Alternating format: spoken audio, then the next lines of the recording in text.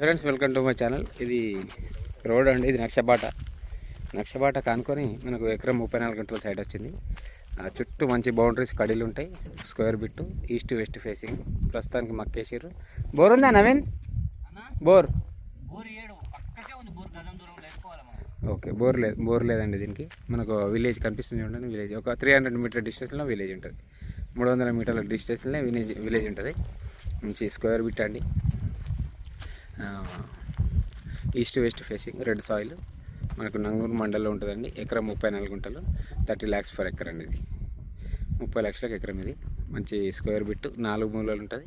మంచి కడీలు కూడా వేసుకున్నారు. ఇక్కడ గేట్ పెట్టుకోవచ్చు. ఆల్రెడీ గేటు మందం కూడా కొంచెం దారి వదిలిపెట్టాడు. పెద్ద గేట్ వేసుకోవచ్చు. మొత్తం వైర్ చుట్టింది ఆల్రెడీ. కడీలు వేసుకొని ఎకరం 34 గుంటల సైడ్ అండి.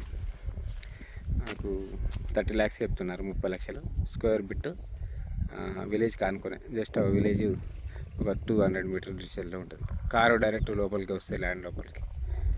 Red soil. ఇది కరీంనగర్ టు హైదరాబాద్ హైవేకి ఒక 17 కిలోమీటర్ డిస్టెన్స్లో వస్తుందండి ఇది ల్యాండ్.